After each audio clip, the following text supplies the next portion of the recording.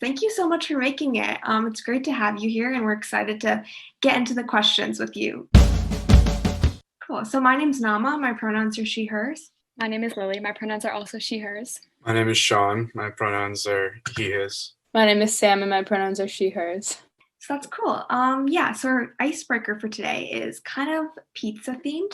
And since we can't meet over pizza, because technically this is a pizza in politics, and due to COVID, we couldn't meet in person, how do you feel about pineapple pizza? I'm pro pineapple pizza. I think it works.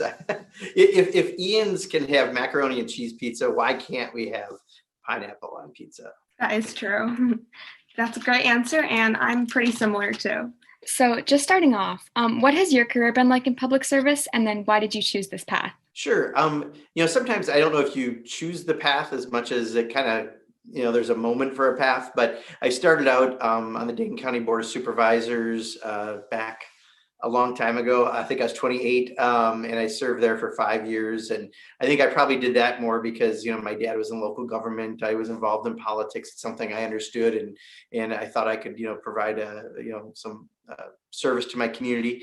And then I wound up running for the state legislature when Tammy Baldwin ran for Congress, and I helped her get elected to the I helped her get elected state legislature first, and then I helped her get elected to Congress when I was running for the state legislature. And I served there for 14 years and really loved doing that work.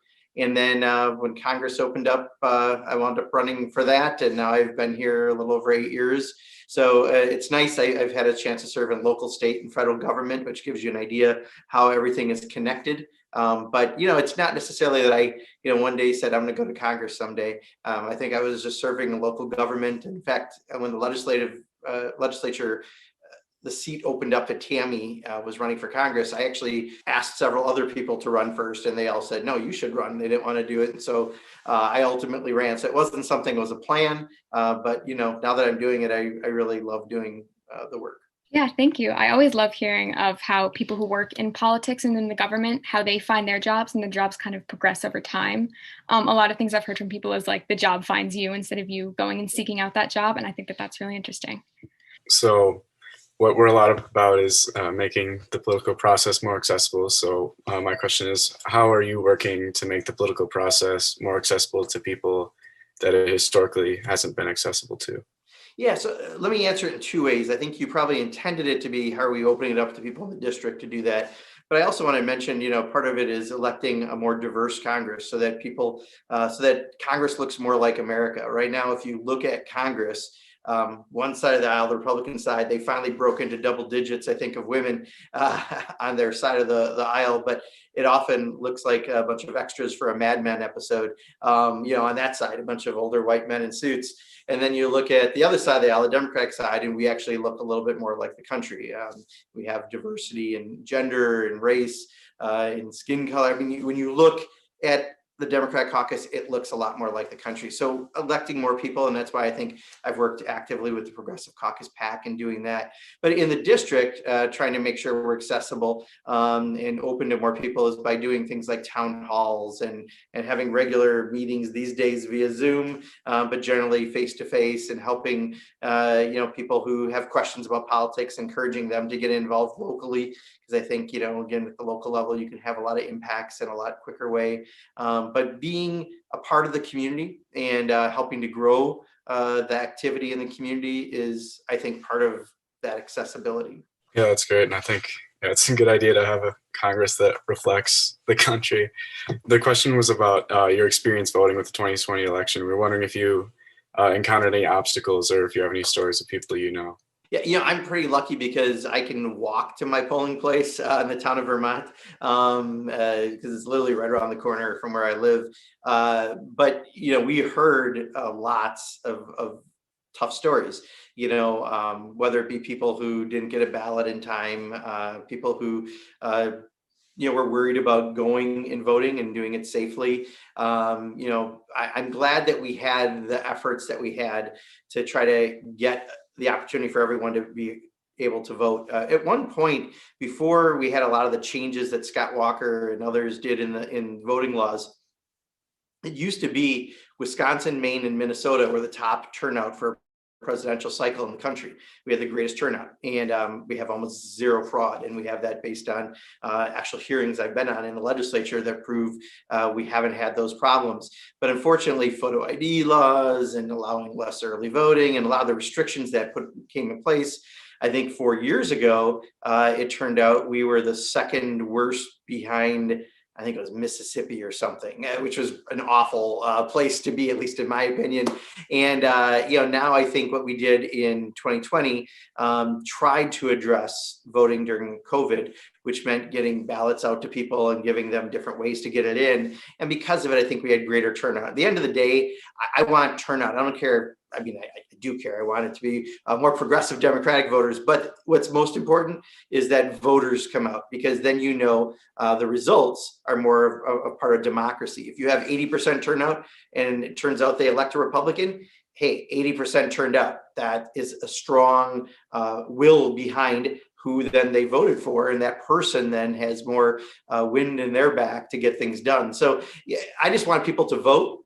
Ideally, they'll vote my way, but that's not my concern. My concern is getting people to be able to vote, to have their voice heard, to participate in democracy. And at the end of the day, hopefully democracy is stronger regardless of what political party's in charge. Yeah, that's great. And I think one of the upsides was showing us all the methods we can use to make sure that everybody can have an opportunity to vote. Just considering the past few years, all the social, political, and economic things that we've gone through and the way the climate's been shifting, how do you think that those events will shape future candidates and representatives' work? And maybe what are some things that give you desolation, or on the other hand, that make you hopeful for the future? Yeah, I'll tell you, I'm generally a silver lining guy, right? I try to find the good in, looking back at the last year, a lot of people go, what good can you find out of COVID, right? A few things. One, I think, people understand our healthcare system needs an upgrade. And, I think that is something more towards like a Medicare for all system, a universal system. Every other industrialized nation has universal healthcare except for us. And I've been fact checked on PolitiFact for that one. And I think, hopefully that, the year taught us that there's improvements we can do. It also taught us that we need to have broadband everywhere, no matter where you live in the country. If you're in the most rural area or the most urban area, but maybe in a lower income part of that urban area, without broadband, it's kind of like having water or electricity in your home. You need it to be able to communicate, go to school, to go to work. And hopefully that means we can get a good expansion of broadband out so that everyone has access to it. But finally, I think, some of the events that happened during the year, some of the protests around, the killings, the police killing people in their custody, the Black Lives Matter protests. I think one of the things I see every time we have some of these movements is people get involved in the process, and more people run for office who maybe came from some of those communities. Decades ago, it might have been the LGBT community where people like Tammy Baldwin and I came out of because of the discrimination that was out there. And I think, every time we have more people who represent the diversity this country is are running for office and get elected and have a seat at the table, that's a good thing. So I think that's another thing that's going to come out of what happened in the last year. So I don't look back negatively. I look back at it and say where I see us having some real improvement. It's great to hear that you've got some hope for the future. So I'll pass the questions on to Sam. You mentioned this a little in your last question with about how Wisconsin could improve on with healthcare, but just heading down a more broad path, what is your vision for the future of Wisconsin? So, I guess my future for Wisconsin is the future. Also, I look for the country, right? Because whatever laws I have are likely going to impact everyone. But, what we did just recently in Congress, the American Rescue Plan, was huge. It was probably the biggest bill that's gone through Congress in decades, because it's going to help people in a substantive way, not just to get through COVID and help the economy get going, but also some of the measures that we did to help people, especially the people who are, some of the people who are most hard off, who've lost jobs for no fault of their own, or small businesses lost demand at no fault of their own. Things like a child tax credit we've worked on for decades, and now we have something that can help lift people out of poverty, and hopefully we can find a way to keep it going in the future. So, I think trying to continue to move forward with some of the progressive initiatives that we did to address the hard times through COVID, and then trying to move forward on things like Medicare for all, or healthcare, so everyone has access to that. Addressing climate change, whether it be aspects of the Green New Deal, or in the next infrastructure bill, having green jobs and sustainable aspects to it. I think that's going to be a big focus. And I think the more we can just move forward and do some of these big projects, that's what's going to be really valuable and important. That's great to hear, and those are definitely all very important things. What do you think are the most important things for young people to know about how the government functions?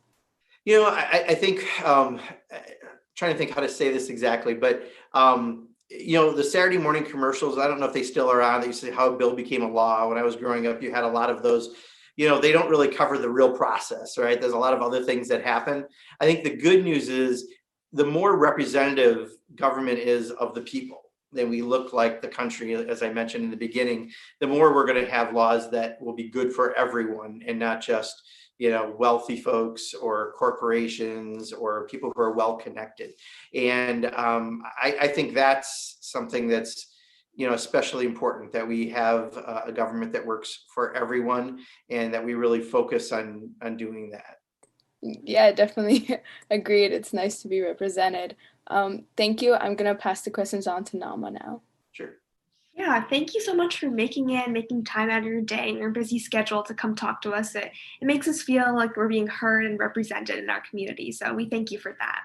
So as we wrap it up, our final question for the day is, why do you think students like us should take time out of their schedules to learn about the government and what your role and other legislators do for us? Yeah, because if you don't, other people will. And then if they're the ones who are heard, they'll have changes made that help their lives. But what about yours, right? You have to have a voice in this. When I was in high school, I was very active. I was working on political campaigns. I was being heard. I grew up down in Kenosha, Wisconsin. And I remember at the time there was a missile system, a nuclear missile system called the MX missile system. And I did a paper on it for a class. And it was going to take nuclear weapons when we had a Cold War still going on with Russia. And you're going to put them on things like railroad cars and trucks and places constantly moving around the country so the Russians couldn't get them. The problem was you're taking nuclear weapons and moving them around the country like chess players, pieces. That's crazy. It was dangerous. And so not only did I do my research on that, but I went and found my member of Congress, Les Aspin at the time, who was on the Defense Committee and later became defense secretary, and made sure I was getting to him and talking to him about an issue I cared about, because I consider myself a peacenik, right? I think diplomacy is a far better way to get things done than war anyway. But going all the way that far, I was very active, and it's because of that early activity. I think in college then I was active in the head of the college Dems in Madison, young Dems I think we called ourselves at the time, and wound up working on lots of campaigns and eventually running for office. So I just think if you really want to make sure your voices are heard and the issues that you care about most are heard, you're active. So whether it be with this group and having pizza and politics together is one way, that's great. And finding the groups and the issues that you care about and the candidates you care about and working with them, because it's not just, often people in politics want you just to work for candidates.